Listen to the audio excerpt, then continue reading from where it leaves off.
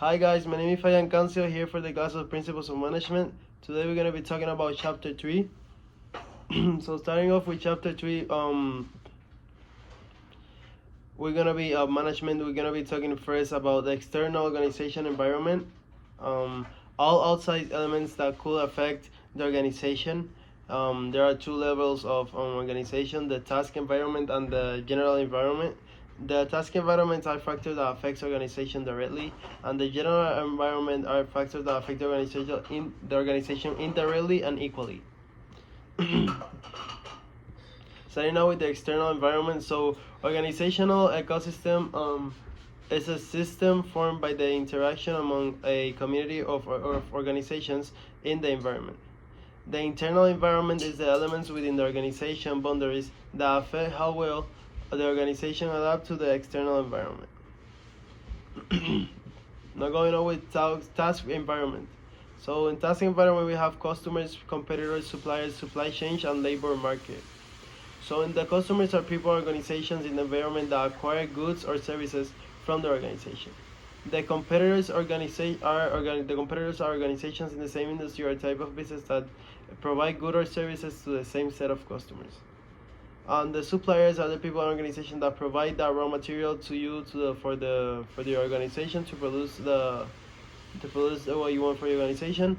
The supply chain is the network of multiple businesses and individuals that are connected through the flow of products or services. The labor market is the people in the environment who can be hired to work for the organization. Now we're going to be talking about the general environment international. So managers must consider the international dimension, like events originating in the foreign countries, new opportunity for U.S. companies in the other countries, and new competitive suppliers and customers. In the general environment, in the technological part, we have the technological dimension. The technological dimension is the scientific and technological advancements in a specific industry as well as in society at large. Now talking about the general environment in social-cultural. So in the social-cultural dimension, we have the demographic characteristics, norms, customs, and values of a population. Now we in the general environment, in the part of economic, we have the economic dimension, and it's the economic health of the country region in which the organization operates. That could be consumer purchasing power, the unemployment rate, and the interest rate. That all goes in the economic dimension. Now talking about the legal and political general environment. So legal and political dimension is the government regulations at local, state, and federal levels, as well as political activities.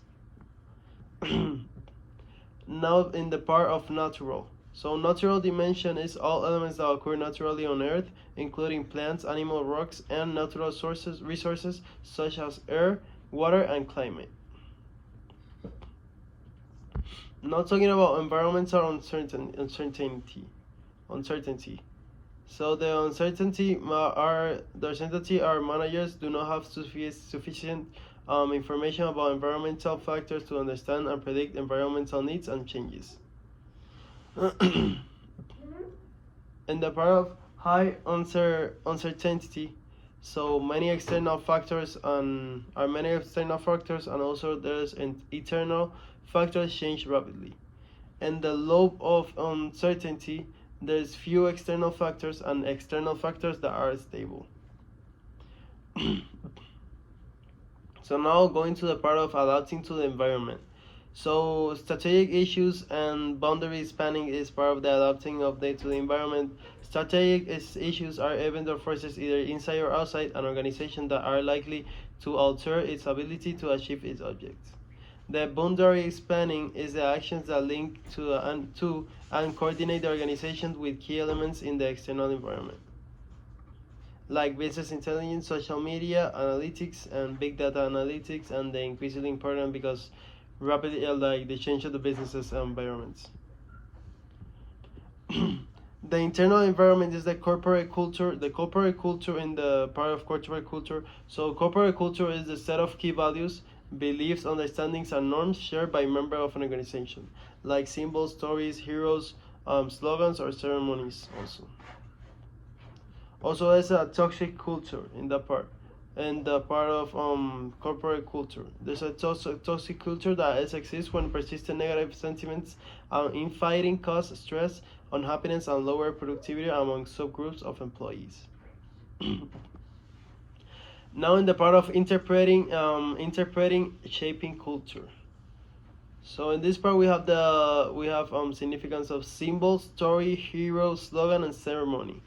So a symbol is an object or act that means to others. The story is a narrative based on true events.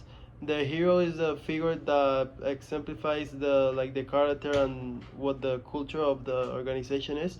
The slogan is the phrase that captivates the people for the organization, and the ceremony is the planned activity as special events so you can get benefit the audience. Now talking about the types of culture.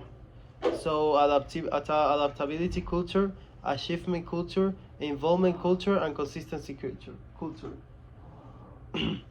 And the adaptability culture, highly responsive, values the ability to rapidly detect, interpret, and translate signals from the environment into new behaviors. The achievement culture is results oriented, values competitiveness and aggressiveness.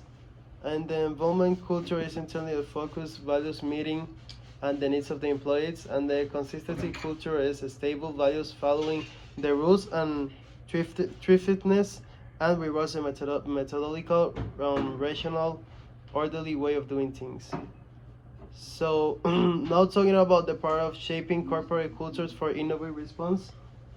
Um, so the corporate culture plays a key role in a climate that enables learning and innovative responses to situations like threats, challenge, or crisis in the organization.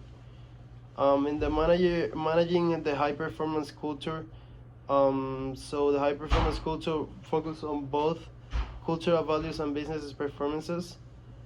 And now talking about the cultural leadership. So cultural leadership is one who defines and uses signals and symbols to influence corporate culture. Influences on culture in two key areas are articulates a vision and has the day-to-day activities. So yeah, guys, this is more about the chapter 3 of Principles of Management. Thank you.